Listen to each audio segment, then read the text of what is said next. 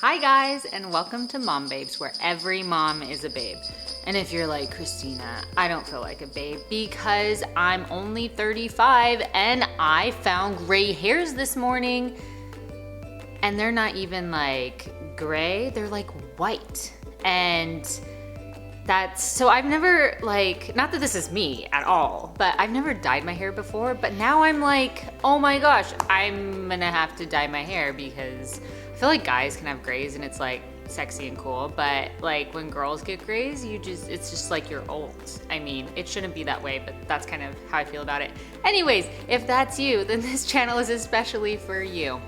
I make videos for moms who don't always feel like a babe. But even if you don't feel like a babe, you're still a babe. And you are a creative. And if you're like, Christina, I'm not a creative, that's a lie, because raising a live human being is the most creative thing that there is.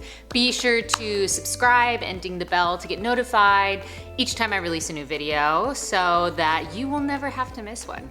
So today we are talking about, as you can tell from the stockings and the tree and the presents and my ugly Christmas sweater, we are talking about how to get organized for Christmas.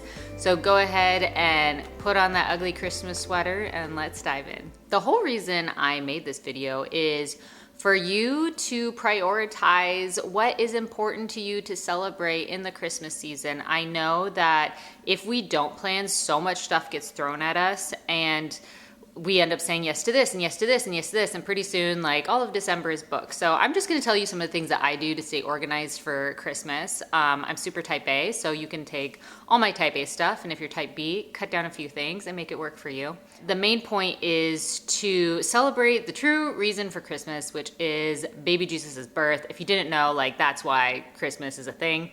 And focus on spending time with your family and your loved ones. And so in order to really focus on what's important, you need to carve out time to actually do that in the Christmas season. For a long time, Christmas was pretty doable and very simple. And now having kids, I'm like, oh my gosh, like Christmas is a lot of stuff to do. Last year was the first year because I had a 4-month-old and a 2-year-old, and I was like, this was a lot of work. And so this year I did a much better job of planning and figuring out the things that we were going to prioritize for Christmas. So what I recommend doing is first to make a list of everything that's on your plate for Christmas. Because if you make the list and you can visually see it, then that will help you go, okay, this is really great. I love that we do this. This is a good family memory. This is a tradition we want to keep. And then you're like, we're maybe not going to go see this distant cousin's school play or go to this random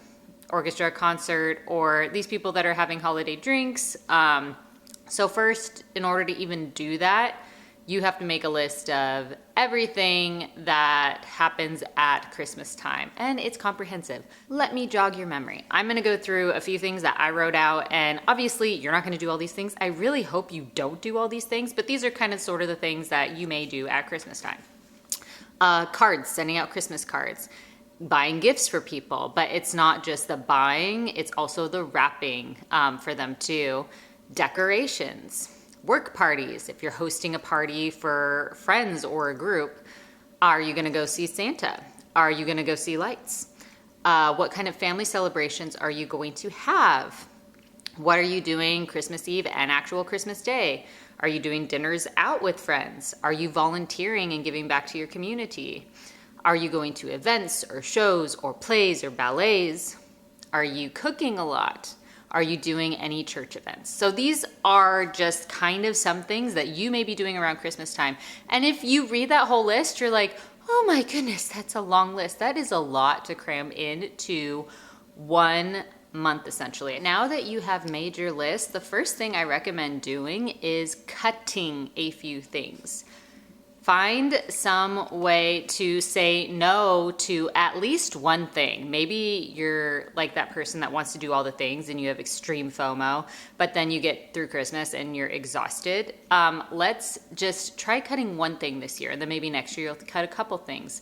For me, I know I like to prioritize family time, and in order to have our family time together, we're not gonna be out going and doing events here and seeing this there and just go, especially when you have little kids like I do. It's a lot of work to get them packed up, get them dressed, like brush their hair. Does anybody else have a 3-year-old where you like can't wash his face or brush his hair and then he's crying and you're like, the whole point is you're supposed to look cute and now your face is all puffy. Anyways, all of that stuff, it makes going places hard. So this is gonna look different for you every year. And so I think it's good to be intentional and think about what kinds of things you want to prioritize. Because the types of things that I'm going to be doing with my kids, like our traditions when they're 1 and 3, are going to be different when they're like 4 to 7. And it's going to change again when they're teenagers. They're probably not going to want to do the exact same things that we did when they were little babies. Maybe they will. Some of the things I'm sure will keep, but be open and be flexible to your Christmas maybe looking different every year. Also, if new family moves to town, like making room for them and just considering how every year, every Christmas might look different for you and what you're taking on. So once you have made your list and once you have cut a few things, then I recommend actually getting a physical calendar. I mean, you can do a digital one, I guess. I'm big on having an actual paper calendar and writing in what days you have things so you can visually see, oh, we literally have something every single day from the 1st to the 15th. Do we really want to do that? And you may not even realize that's what you've committed to until you write it down. So once you have all the things and you have all the dates, write it down, see what your month looks like, and decide whether or not that looks like a happy month for you. And I'm not saying you can't be spontaneous. The cool part about putting everything in the calendar so you can see it is when something does come up that you really, really want to say yes to, you can say, oh, we have space for that here, or oh, we don't have space for that. I have to go reschedule, rearrange, or whatever. So getting visually it in your actual space in your life is going to help you have a more successful month. First, let's talk about Christmas cards. I love sending out Christmas cards. I'm kind of just obsessed with mail anyway, so I love getting Christmas cards and I love sending them out. I feel like it's a fun way to let people know that you're thinking of them throughout the holiday season without having to buy like every single person a gift. So if you are gonna do cards, this is what I recommend. I start working on my Christmas cards before Christmas because they are kind of cumbersome, especially if you're going to, typically these days you'll pick a photo of your family or something, design it online. There's so many programs out there. So I print out all my labels. I have an address book in my computer and I can just print labels. So anytime we have a party that I'm sending paper invitations to, or every year when I do my Christmas cards, I don't have to physically write addresses. So that's like a must. And then I have a stamp that is our return address. So I'm not even writing any addresses on there, but it still takes time once you get them back to stuff them. I don't lick envelopes anymore. I use a glue stick. So stuff them, use the glue stick, put a stamp on there, make sure, their address, your address. It still takes time, especially, if you're doing upward of 50, 60, 70, 80, 100 cards. I don't know how many you do, but it takes a while. So I always think, because my son's birthday is the beginning of November, so kind of like after his birthday settles, a week after that, I start looking at Christmas cards. So we're like mid-November, and then I'll order them like second or third week of November and usually get them 5 to 7 days later. This year I got them a little early, so I was able to actually stuff and stamp them before Thanksgiving so that they were in a pile, and then we did Thanksgiving, and the day after Thanksgiving they went in the mailbox. So then I know that sounds like a lot of work, but if you're doing the work anyway, you're just not doing it in November, you're doing it December when you're also trying to shop, when you're also trying to go to parties. Like, my whole idea is that you do all the work stuff of Christmas, the stuff that's cumbersome, the stuff that is like a pain point for you, and you're like, oh my gosh, I really would like to go to this party, but I need to go shopping. You know what I mean? Like, you can go to the party if you do the shopping earlier. So it's opening opportunities for yourself. So cards is for sure the one thing that I really do before December. I get them ordered, I get them done. If I can get them stuffed, great. Otherwise, I'll do them that weekend after Thanksgiving. So the other thing that I try to do the weekend after Thanksgiving is to decorate, because it does take, we don't have that many decorations. Like, we go get a real tree every year, and we have stockings, we put up some garlands, but I don't go crazy or anything. It still takes us like to get everything down out of the attic, to, put away the stuff that we have on the shelves during the year, put out the Christmas stuff, actually get the garlands secured to the banisters. Like, all of that takes, with kids, if we're doing it leisurely, it's about 2 days, or it could be one day where we're really working hard and all we're doing that day is decorations. Because you can't really put up decorations while your baby is like hanging on your leg. I guess you can, but it's not as enjoyable. That's one of those things that I kind of knock out right at the beginning. And for us, it's a fun time to say, okay, we usually do our decorations, so our decorations are up, and then we'll go get the tree that weekend. So it's like a party of converting our home into Christmas time. And for us, that's one of our traditions is we do get a real tree. I just love the smell of the tree. I have childhood memories of going and picking out a tree at the lot and running around, and just the cold air and the smell of the beautiful pine scent is something that I adore. So that's something that I took from my family of origin that I wanted to put into our family. So we get decorated. So it's like, oh, now it's Christmas. And then we bring the tree in once the other decorations are up. And then we decorate the tree and turn off all the lights and just stare at it at nighttime and have a little hot cocoa and just sit there and admire the tree. Because guys, Christmas trees are so pretty. It's like the perfect combination of nature and like electricity and all of this like beautiful decor, and you can do them so cute. So you're putting all this time into doing the decorations. So like, take a second to breathe and enjoy it. The one thing I think is the most cumbersome activity for me during the Christmas season, and I'm sure it is for other of you moms out there, is shopping. And like I said, it's not just the shopping, it's wrapping. Because if you're gonna wrap all these presents, it does take some time. Also for us, so I'm the oldest of 5, and that's just, you know, my family, and then we have my husband's family. So we got a lot of family. So maybe if you have a much smaller family, you're like, gifts is no big deal. But for me, it's a lot of shopping and it's a lot of stuff. First thing I want to talk about is being on a budget. If you are on a budget, I mean, unless you're just like, I don't know, have all this money that you saved all year and you're ready to spend it for Christmas, I recommend doing some kind of a budget and talking with your person about, hey, how much do we want to spend on gifts this year? And then actually figuring out how many gifts you're going to buy and dividing that amount among the people to see, okay, what's kind of our budget for each gift? Not that it has to be perfect, but then you're, you know, both communicating, and then, you know, they don't buy a gift and you also buy a gift, and now, you know, everyone has 2 gifts and you're just extra generous that year when you didn't plan on being extra generous. So your family, your loved ones will totally understand. They really should understand.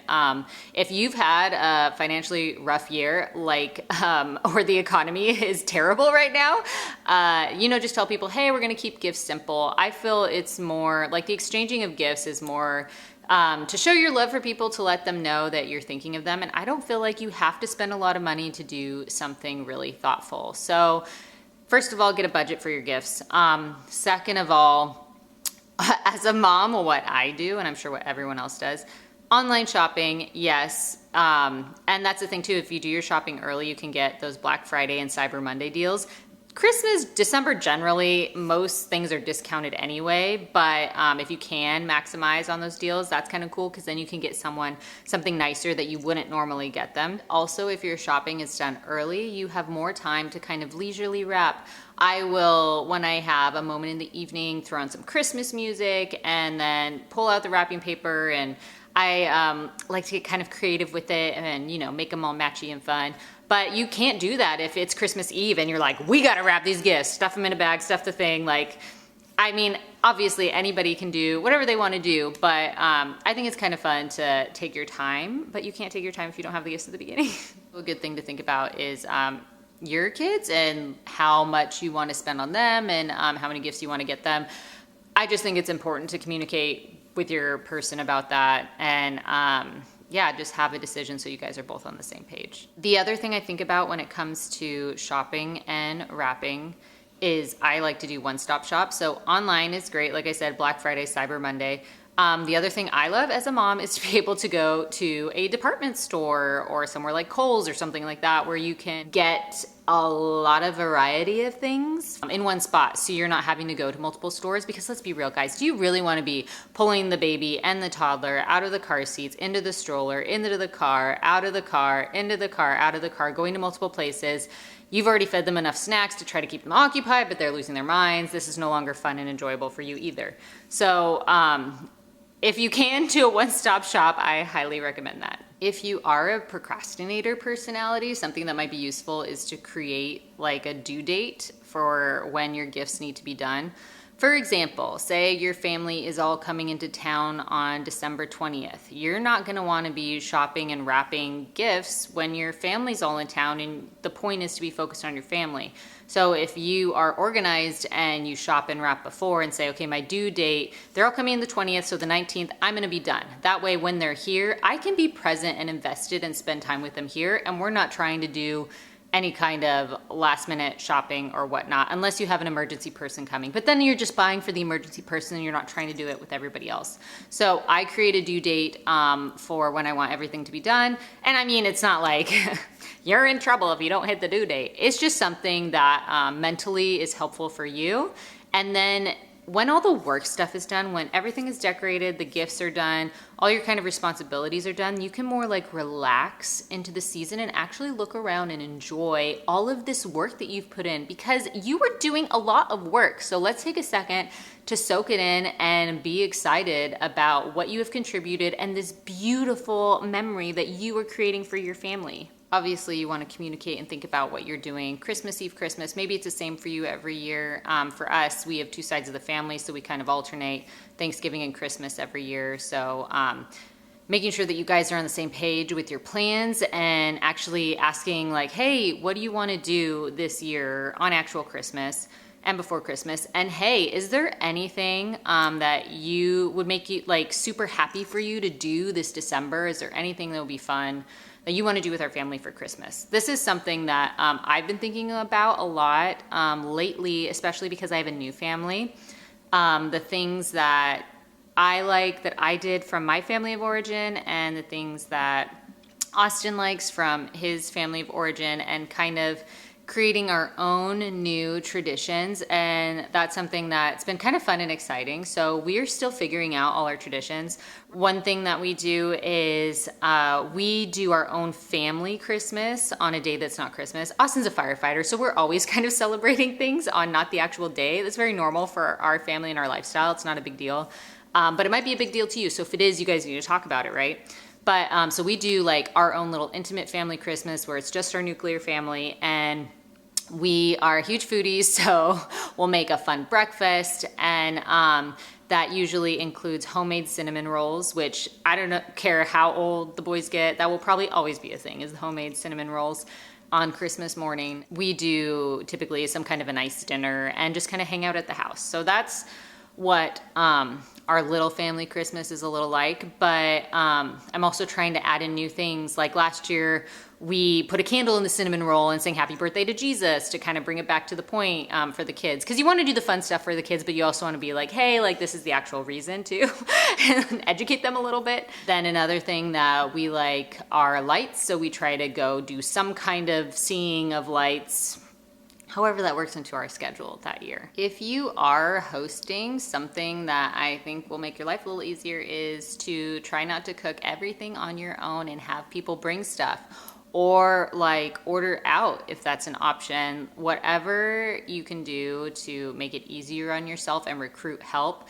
If you're having a group of friends over, I feel people are always excited to bring something. And if they text you and they're like, what can I bring? And you're like, nothing. That's not really helping you. And I think it's fun for people to be able to bring things that they like and they're excited about to contribute to the meal as well. Same with family. Don't be afraid. Even if you've always cooked like by yourself, try to include your family in it so that A, all the work's not on you, mom, and B, you can kind of, teach them things or share, or, just have some good time in the kitchen together instead of everybody being on their screens in another room while you're working in the kitchen, which I really hope is not the situation. If you have traditional recipes that you're gonna use over and over again, having a central hub of where those recipes are is helpful. If you're like a printout recipe person and you wanna put it in the binder or in your little, card thing, like have them all in one place. Or if you wanna do like a digital one, Austin and I will use the Notes app and just put recipes in there. And it's a shared note, so we both have access to it. So either of us can pull it up, and holiday recipes are all there. And then you don't have to go searching every year. So that's kind of a helpful thing that is like, you don't have to redo the work. So the big thing is really to celebrate the main reason of the season, and the events that prioritize that and celebrate that within your family, do those events first, make those a priority first. But to even know what's going on in your month, get it on a physical calendar so you can see how full it is. If you can, cut things. I know it's hard. I know we all want to do everything, but don't sacrifice your family time on the altar of feeling like you need to do XYZ. Or I feel like I need to do this for my family, but like your family doesn't like it. You know what I mean? Like you don't super like it, but you feel like you have to do it for them, but they don't super like it either. Why? Like, cut the things that can be cut.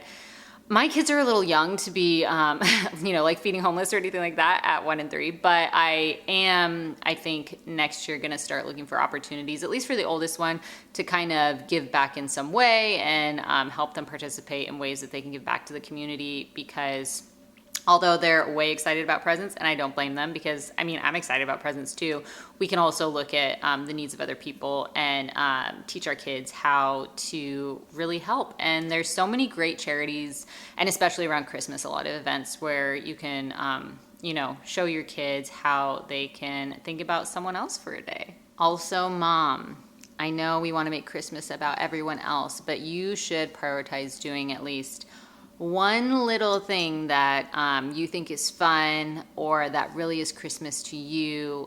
Do one thing for yourself in this Christmas season. And it could be something as simple as, I'm going to get my holiday nails done so that while I'm wrapping gifts and cooking and doing all this, I can look at my nails and, feel all festive, or whatever it is for you that makes you shine. If you need to get a massage, come December 15th to make it to the 25th and go get a massage. Do something, take some time for yourself, take a nap. Let's try to have like a restful, organized Christmas. I know, easier said than done, but I do want you to know that irregardless of what your schedule looks like, this is something that's achievable for you. Thank you guys for watching Mom Babes. You are my people, and I'm so excited that you're here with me. It was fun talking about Christmas. I love Christmas. I know you love Christmas too. Let's get organized. Let's see what we're doing and put just a tiny little bit of work in at the beginning to just really enjoy this season. If no one has told you yet today, you are doing a good job. You're so good. I know it's hard, and I know that Christmas can feel stressful and can feel like a lot. So hopefully this was a little helpful. If nothing else, cut things, make it easier on yourself. I am always all about, creating more white space in our schedules. Merry Christmas and a Happy New Year.